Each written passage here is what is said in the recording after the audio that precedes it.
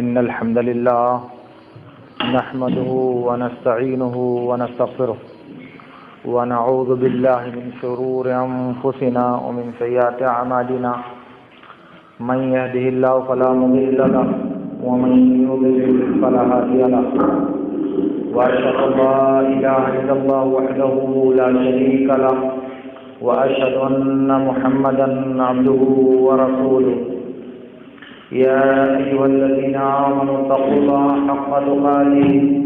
ولا تموتن إلا وأنتم مسلمون يا أيها الناس اتقوا ربكم الذي خلقكم من نفس واحدة وخلق منها زوجها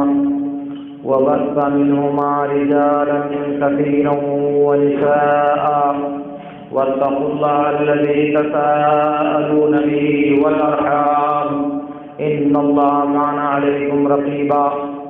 يا أيها الذين آمنوا اتقوا الله وقولوا قولا سديدا يصلح لكم أعمالكم ويغفر لكم ذنوبكم ومن يطع الله ورسوله فقد فاز فوزا عظيما أما بعد فإن خير الحديث كتاب الله وخير الهدي هدي محمد صلى الله عليه وسلم وشر الأمور محدثاتها وكل محدثة بدعة وكل بدعة ضلالة وكل ضلالة في النار قال الله تعالى قاف والقرآن المجيد بل عجبوا أن جاءهم منذر منهم فقال الكافرون هذا شيء عجيب أإذا متنا وكنا ترابا ذلك رجع بعيد قد علمنا ما تنقص الأرض منهم وعندنا كتاب حفيظ بل كذبوا بالحق لما جاءهم فهم في أمر مريج أفلم ينظروا إلى السماء فوقهم كيف بنيناها وزيناها وما لها من فروج والأرض مددناها وألقينا فيها رواسي وأنبتنا فيها من كل زوج بهيج تبصرة وذكرى لكل عبد منيب. وقال النبي صلى الله عليه وسلم ألا إن في الجسد مضغة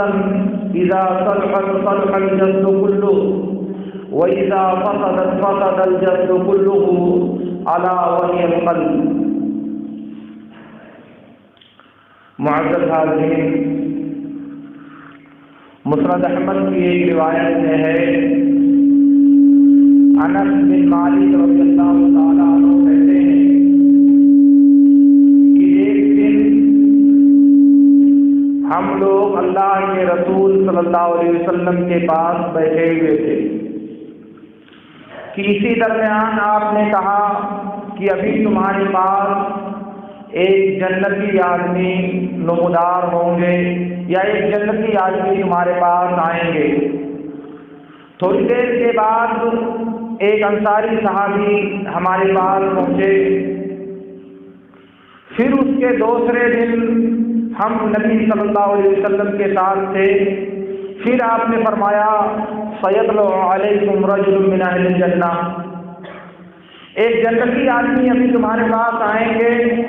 دوسرے دن پھر وہی انصاری صحابی ہمارے پاس آئے. تیسرے دن ہم نبی صلی اللہ علیہ وسلم کے پاس تھے. پھر آپ نے فرمایا کہ ابھی ایک جنتی آدمی تمہارے پاس آئیں گے. پھر وہی انصاری صحابی ہمارے پاس آئے. انس کہتے ہیں کہ عبداللہ بن عمرو بن عاص رضی اللہ تعالیٰ عنہ نے کہا کہ وہ انصاری صحابی جب مجلس سے اٹھ کر گئے تو میں ان کے پیچھے پڑ گیا، یہاں تک کہ دیکھا کہ وہ اپنے گھر میں گئے. جب وہ گھر میں داخل ہو گئے تو میں نے دروازے پر دستک دی. اس کے بعد انہوں نے دروازہ کھولا اور میں نے ان سے کہا کہ میرے باپ سے جھگڑا ہو گیا ہے اور میں نے قسم کھا لیا ہے کہ 3 دن تک میں ان کے گھر میں رات نہیں گزاروں گا، تو کیا آپ اپنے گھر میں مجھے پناہ دے سکتے ہیں؟ انہوں نے کہا اہلا و سہلا. کہا عبداللہ بن عمرو بن عاص کہتے ہیں کہ میں 3 دن تک ان کے پاس ٹھہرا رہا. میں نے انہیں بہت زیادہ عمل کرتے ہوئے نہیں دیکھا، بہت زیادہ نماز پڑھتے ہوئے انہیں نہیں دیکھا، لیکن میں نے دیکھا کہ وہ رات میں کبھی بے خوابی کا شکار ہوتے، رات میں ان کی آنکھ کھلتی تو اللہ کا ذکر کرتے، اللہ کی تسبیح بیان کرتے، اور تیسرے دن میں قریب تھا کہ وہاں سے نکلوں، میں نے اس انصاری صحابی سے گفتگو کیا اور کہا کہ میرے بھائی، نہ میرے باپ سے جھگڑا ہوا اور نہ میں نے ایسی کوئی قسم کھائی کہ میں وہاں رات نہیں گزاروں گا، اصل میں معاملہ یہ ہے کہ میں نے اللہ کے رسول صلی اللہ علیہ وسلم کو مسلسل 3 دن یہ کہتے ہوئے سنا کہ ابھی تمہارے پاس ایک جنتی آدمی آئے گا، اور مسلسل تینوں ہی دن آپ وہاں تشریف لائے، اس لیے میں چاہ رہا تھا کہ میں دیکھوں کہ وہ کون سا عمل ہے جس کی وجہ سے نبی صلی اللہ علیہ وسلم نے دنیا میں آپ کو جنت کی بشارت دیا ہے، مگر میں نے ان 3 دنوں میں آپ کا کوئی خاص عمل نہیں دیکھا، کوئی زیادہ عمل آپ کا نہیں دیکھا۔ انہوں نے کہا بس یہی جو تم نے دیکھا، اس کے علاوہ کوئی عمل نہیں ہے۔ وہ وہاں سے تھوڑی دور نکلے، یعنی عبداللہ بن عمرو بن عاص وہاں سے رخصت ہوئے، پھر تھوڑی دور جانے کے بعد انہوں نے بلایا اور اس انصاری صحابی نے کہا یہ جو تم نے دیکھا یہی عمل میرے پاس، اس کے علاوہ کوئی عمل نہیں ہے، ہاں مگر ایک بات یہ ہے کہ میرے دل میں کسی مسلمان آدمی کے تعلق سے کوئی نفرت اور کوئی کینہ نہیں پایا جاتا، اور کسی انسان کو اللہ رب العالمین اگر کسی نعمت سے نوازتا ہے تو اس نعمت پر میرے دل میں کوئی حسد نہیں پایا جاتا۔ عبداللہ بن عمرو بن عاص نے کہا یہی وہ چیز ہے جس نے تمہیں بلندی عطا کیا ہے، اور یہی وہ عمل ہے جس کی ہم طاقت نہیں رکھتے، اور یہی وہ عمل ہے جس کی استطاعت ہمارے پاس نہیں ہے۔ یہ حدیث ایسے ہی امام احمد نے بسند عبد الرزاق عن معمر عن الزہری عن انس بن مالک رضی اللہ تعالیٰ عنہ نے روایت کیا ہے، اور ظاہر ہے کہ یہ سند انتہائی زیادہ صحیح ہے، اور زہری نے حدثنا انس کہا ہے، اس لیے کوئی اشتباہ باقی نہیں رہ جاتا۔ عرض کرنے کا مطلب یہ ہے کہ انصاری صحابی کا جو عمل عبداللہ بن عمرو بن عاص وہ بھی ان بزرگ صحابہ میں سے ہیں جنہوں نے اپنے آپ کو علم عبادت کے لیے، جنہوں نے اپنے آپ کو اللہ رب العالمین کی بندگی کے لیے بالکل فارغ کر رکھا تھا، زندگی کے بیشتر اوقات وہ اللہ رب العالمین کی عبادت کے لیے اپنے آپ کو وقف کر چکے تھے۔ وہ جا کر کے پتہ لگاتے ہیں ایک دوسرے صحابی کے عمل کو، یعنی ایک عابد صحابی جن کے دن اور رات صرف روزے قیام اور دوسری عبادتوں میں منقسم ہو چکے ہیں، جن کو نبی صلی اللہ علیہ وسلم نے تنبیہ کر کے کثرت عبادت سے منع کیا، جنہیں نبی صلی اللہ علیہ وسلم نے زیادہ نماز پڑھنے سے روکا، جنہیں نبی صلی اللہ علیہ وسلم نے زیادہ قرآن پڑھنے سے روکا، جنہیں نبی صلی اللہ علیہ وسلم نے زیادہ روزہ رکھنے سے منع کیا۔ وہ پوری لمبی حدیث ہے، وہ پتہ لگانے جاتے ہیں کہ یہ صحابی کا وہ کون سا عمل ہے جس کی وجہ سے نبی صلی اللہ علیہ وسلم نے انہیں جنت کی بشارت دیا ہے۔ اسی طرح سے ترمذی وغیرہ کی ایک روایت میں ہے اللہ کے رسول صلی اللہ علیہ وسلم سے پوچھا گیا افضل عمل کے بارے میں، سب سے افضل عمل کیا ہے یا سب سے افضل آدمی کون ہے، تو اللہ کے نبی صلی اللہ علیہ وسلم نے ارشاد فرمایا کل مخموم القلب و صدوق اللسان، ہر پاکیزہ دل والا انسان اور سچی زبان والا انسان۔ صحابہ نے کہا اللہ کے رسول یہ سچی زبان والا انسان تو سمجھ میں آتا ہے، مگر یہ مخموم القلب کیا ہے؟ تو اللہ کے نبی صلی اللہ علیہ وسلم نے فرمایا کل قلب لیس فیہ اثم ولا بغی ولا غل ولا حسد، کہا پاکیزہ دل وہ ہے جس میں نہ ظلم پایا جائے، نہ کینہ پایا جائے، نہ خیانت اور غش پائی جائے، اور جس میں نہ گناہ کا جذبہ پایا جائے، وہ پاکیزہ قلب ہے۔ اسی طرح سے اللہ کے نبی صلی اللہ علیہ وسلم نے ارشاد فرمایا جیسا کہ بخاری اور مسلم کی روایت میں ہے، وہ ایک لمبی حدیث کا ایک ٹکڑا ہے، نبی صلی اللہ علیہ وسلم نے کہا دل میں بدن میں گوشت کا ایک ٹکڑا ہے، وہ گوشت کا ٹکڑا اگر صلاح یاب ٹھیک ہوگا تو پورا بدن ٹھیک ہوگا، اور اگر وہ گوشت کا ٹکڑا فاسد اور خراب ہوگا تو پورا بدن فساد اور خرابی کا شکار ہو جائے گا۔ سن لو اس ٹکڑے کا نام دل ہے۔ وہ ٹکڑا جو انسان کے فساد و صلاح کا فیصلہ کرتا ہے، انسان کے بدن کا گوشت کا وہ ٹکڑا جو آدمی کو اچھا یا برا بناتا ہے، وہ انسان کا دل ہے۔ اسی لیے اس دل کی پاکیزگی، اس دل کی نفاست اور اس دل کی صفائی اور ستھرائی کرنے کا مومنوں کو خصوصیت کے ساتھ حکم دیا گیا ہے۔ یہ دل جس کے ذریعہ انسان اپنے اعمال کی نیت کرتا ہے، یہ دل جس کے ذریعہ انسان رب العالمین کی بندگی کا قصد اور ارادہ کرتا ہے، یہ ایک ایسی چیز ہے جس کے بغیر عبادتوں کی صحت اور عبادتوں کا صحیح ہونا کسی بھی صورت میں متصور نہیں ہو سکتا جب تک دل میں اخلاص اور نیت کی پاکیزگی نہ پائی جائے۔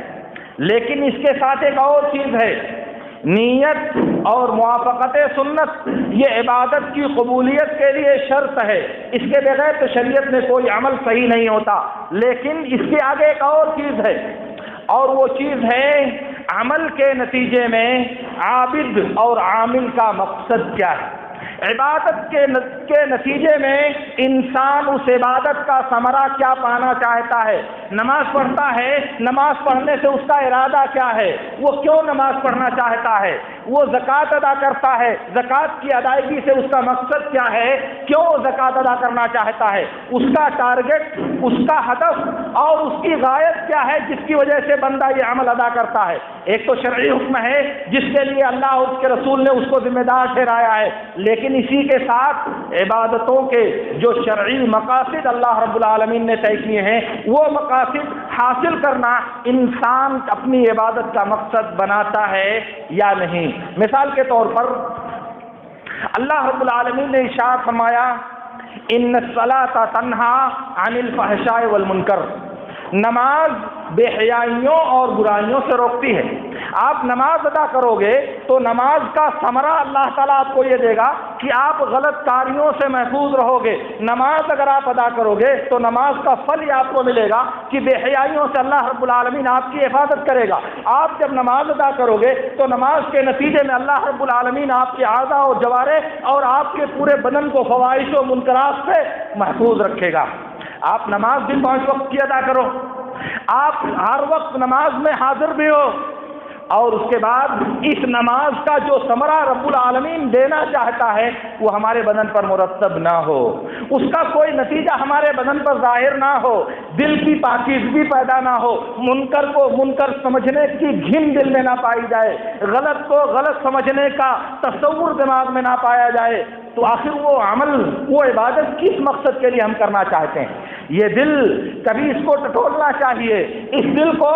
کبھی اپنے کسوٹی اور پرکھ کے دائرے میں خود داخل کرنا چاہیے تاکہ آپ یہ فیصلہ کر سکیں کہ ہم جو عبادت کر رہے ہیں، جو بندگی کر رہے ہیں، اس بندگی کے نتیجے میں ہم حاصل کیا کرنا چاہتے ہیں، ہمارا مقصد کیا ہے۔ کیوں؟ اس لیے کہ جیسی ایک یہ عبادت ہے، اس عبادت کے ذریعہ ہم رب العالمین کی رضا چاہتے ہیں، اسی طرح سے وہ عمل بھی عبادت ہے جس سے ہم پہلو صحیح اختیار کیے ہوئے ہیں، وہ اعمال بھی بندگی ہے جس کو ہم ادا کرنے میں اب ذرا بھی جس کی ہم پرواہ نہیں کرتے، غلط سے بچنا، برائیوں سے دور رکھنا، یہ بھی رب العالمین کی بندگی ہے، پھر انہیں ہم اپنانے کی کوشش کیوں نہیں کرتے۔ میں عرض یہ کرنا چاہ رہا ہوں کہ انسان کو اپنے قلب کی تطہیر اور اپنے دل کی پاکیزگی کا خصوصی خیال رکھنا چاہیے۔ وجہ اس کی یہ ہے کہ اللہ کے نبی صلی اللہ علیہ وسلم نے ارشاد فرمایا، جیسا کہ بخاری اور مسلم کی روایت میں ہے، ان القلوب بین اصبعین من اصابع الرحمن یقلبها کیف شاء، دل اللہ کی 2 انگلیوں کے درمیان ہیں، وہ انہیں جیسے چاہتا ہے الٹتا رہتا ہے، انہیں جیسے چاہتا ہے گھماتا رہتا ہے۔ اسی لیے آپ بعض حدیثوں میں دیکھیں گے نبی صلی اللہ علیہ وسلم نے فرمایا، یصبح الرجل مؤمنا ویمسی کافرا ویمسی الرجل مؤمنا ویصبح کافرا، یہ بعض اوقات کی علامتیں ہیں جو قرب قیامت میں ظاہر ہوں گی۔ تو یہ صبح اور شام میں کیسے تبدیلی آئے گی؟ ایمان سے کفر، کفر میں ایمان کہاں سے پیدا ہوگی؟ وہ دل کی جو کیفیت ہے اس میں اللہ رب العالمین یہ تبدیلی پیدا کرے گا۔ اسی لیے سنن کی بعض صحیح روایتوں میں اللہ کے رسول صلی اللہ علیہ وسلم سے ثابت ہے، صحابہ نے اللہ کے رسول سے کہا، اللہ کے رسول کیا آپ کو ڈر ہے؟ ہمارے بارے میں آپ کو خوف ہے؟ کیا ہم بدل جائیں گے؟ کیا ہم پھر اپنی ایڑیوں کے بل پلٹ جائیں گے؟ کیا آپ کو ڈر ہے کہ ہم ایمان لانے کے بعد پھر کفر میں داخل ہو جائیں گے؟ کیا آپ کو یہ خوف ہے؟ کہا ہاں مجھے ڈر ہے کہ تم کبھی کہیں اس میں تبدیلی تمہارے دل میں نہ پیدا ہو جائے، تم ایمان سے کفر میں داخل نہ ہو جاؤ۔ کیوں؟ اس لیے کہ نبی صلی اللہ علیہ وسلم نے کہا، ان القلوب بین اصبعین من اصابع الرحمن اذا شاء اقام و اذا شاء ازاغ۔ یہ دل رب العالمین کی انگلیوں کے درمیان ہے، جسے چاہتا ہے سیدھا کر دیتا ہے اور جس دل کو چاہتا ہے ٹیڑھا کر دیتا ہے۔ تو یہ دل جو تقلب، الٹنے اور پلٹنے سے عبارت ہے، جو حالات کے اعتبار سے تغیر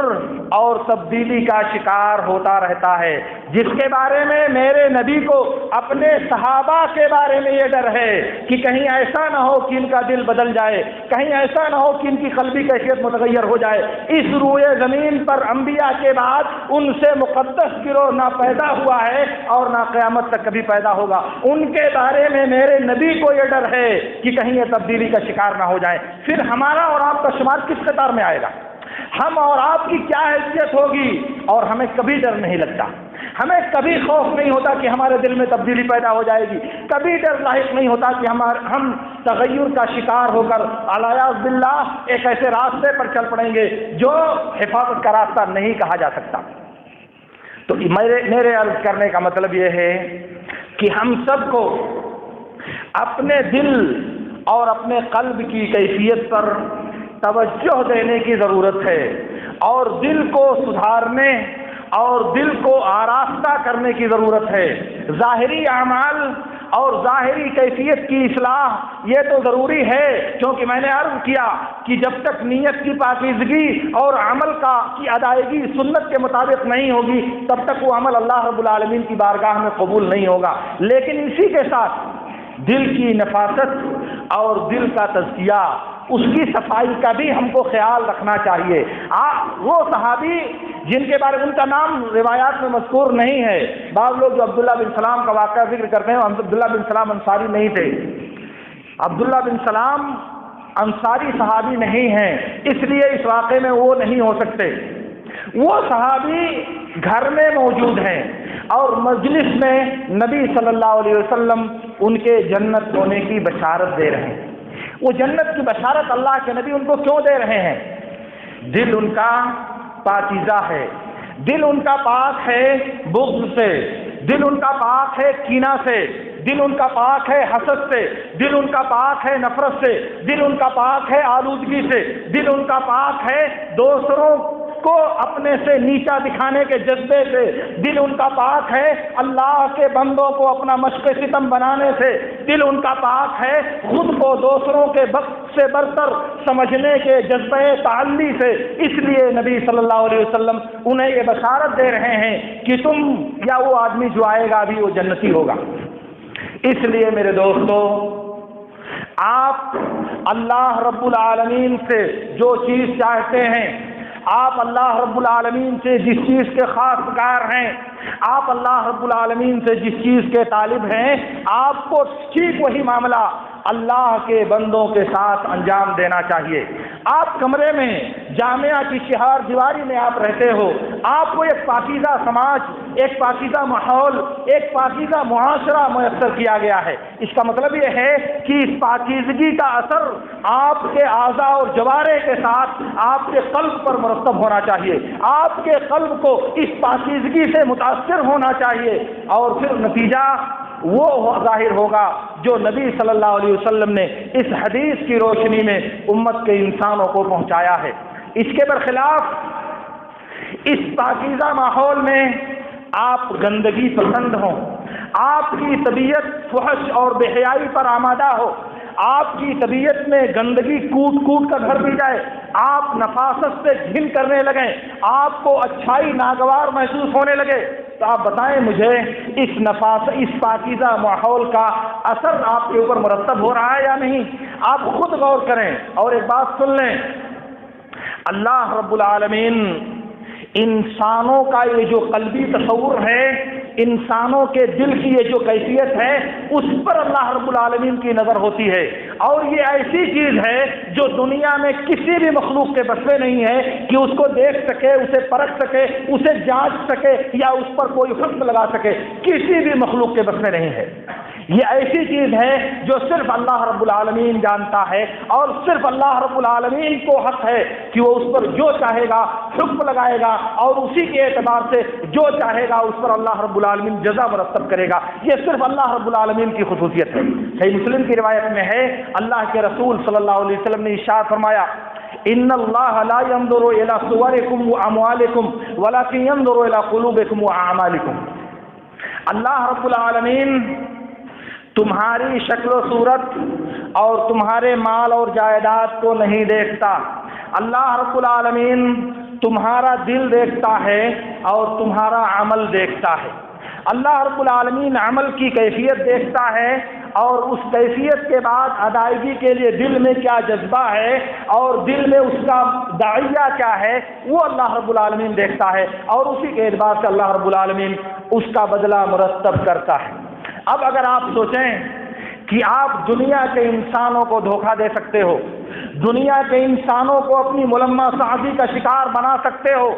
آپ سمجھ سکتے ہو کہ اپنی چال اور اپنی قید کے ذریعہ دنیا کے انسانوں کی آنکھوں میں دھول جھونک سکتے ہو، مگر کیا آپ کبھی یہ تصور کر سکتے ہو کہ رب العالمین کی نگرانی کو، رب العالمین کی نگہبانی کو بھی آپ دھوکہ دے سکتے ہو؟ ظاہر ہے کہ نہیں۔ دنیا کے انسانوں سے چشم پوشی کر کے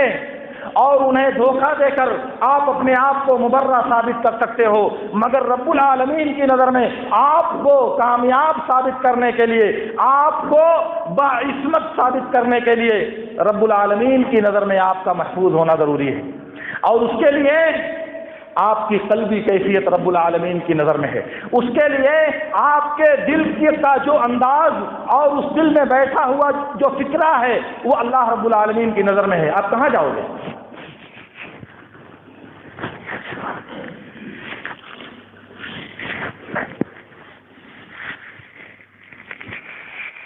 میرے دوستوں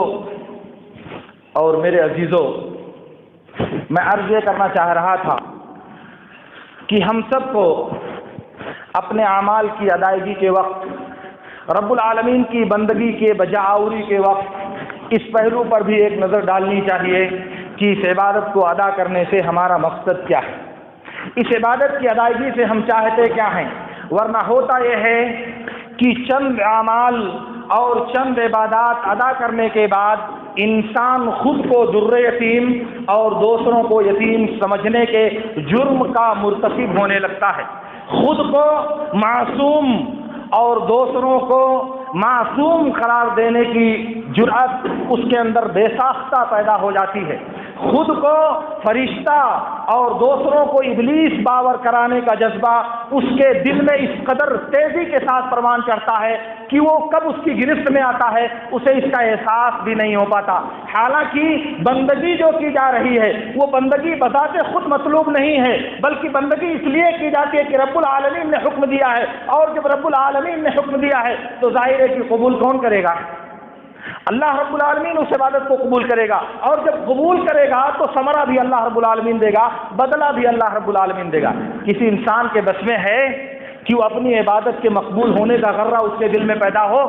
کوئی انسان ہے جو یہ سمجھے کہ میری عبادت رب العالمین کے دل میں کی بارگاہ میں مقبول ہو گئی ہے؟ کوئی ہے جو یہ تصور کرے کہ میں نے جو عبادت کیا لازمی طور پر اللہ رب العالمین کے ہاں وہ قابل اعتنا ہے؟ ظاہر ہے کہ نہیں۔ تو جس طرح عبادت کی ادائیگی کے لیے ضروری ہے کہ ان اعمال کی پابندی کی جائے جنہیں اللہ کے نبی صلی اللہ علیہ وسلم نے سکھایا ہے، اسی طرح سے یہ بھی ضروری ہے کہ عبادات کی ادائیگی کے بعد ان کی حفاظت کی جائے، عبادات کی ادائیگی کے بعد ان کے قبول ہونے کے راستے ڈھونڈے جائیں، عبادات کی ادائیگی کے بعد ان کو مقبول بارگاہ رب بنانے کے لیے وسیلے تلاش کیے جائیں۔ ورنہ عبادت کرنے کے بعد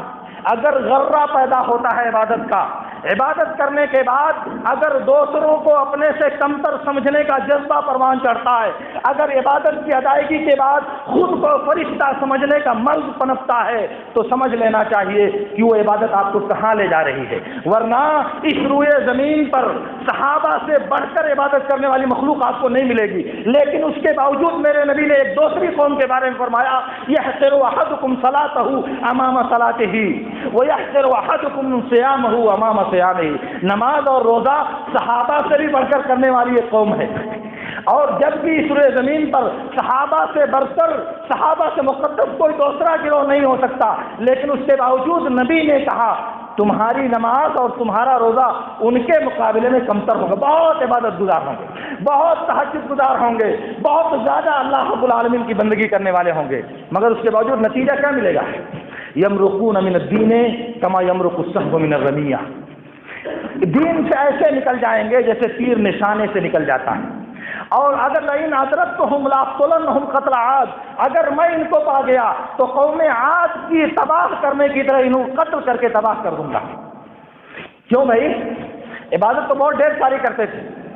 لیکن نہیں، ان کے دل میں عبادت کے ساتھ ساتھ ایک کیڑا پیدا ہوتا تھا۔ وہ کیڑا ہے خود پسندی کا، وہ کیڑا ہے عجب بالنفس کا، وہ کیڑا ہے اصحاب نبی کو اپنے سے حقیر سمجھنے کا، وہ کیڑا ہے منہج نبی سے اپنے آپ کو ہٹا لینے کا، وہ کیڑا ہے خود کو اصحاب نبی سے بڑا عالم اور فقیہ سمجھنے کا۔